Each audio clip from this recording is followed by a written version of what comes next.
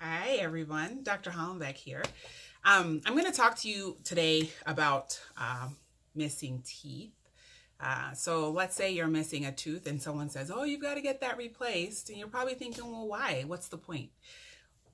What's going to happen if I don't replace it?" Well, hopefully not a whole bunch, but let me talk to you about the consequences of missing a tooth. So a few things are going to happen. One, you're going to notice that bone is going to resorb. And that means it starts to disappear a little bit. If you've been missing a tooth for a while, if you look in there, you'll see the bone gets skinnier, kind of gets a little defect in there, and it gets shorter too in that space. How critical is that when it's one tooth?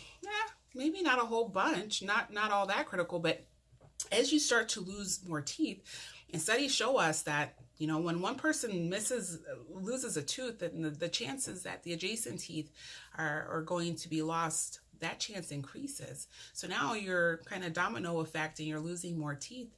Now you've got this large amount of space where you've got a bony defect, and that's a big consequence. It actually starts to change the way your face looks, because the bone is what gives us that full youthful look. As you lose bone, then you'll get that kind of aged, droopy look, and that can be a huge concern. The other thing that happens, like I said, you've got the adjacent teeth on either side of where the tooth is missing. Now those teeth have to do their job plus the job of the tooth that's now lost.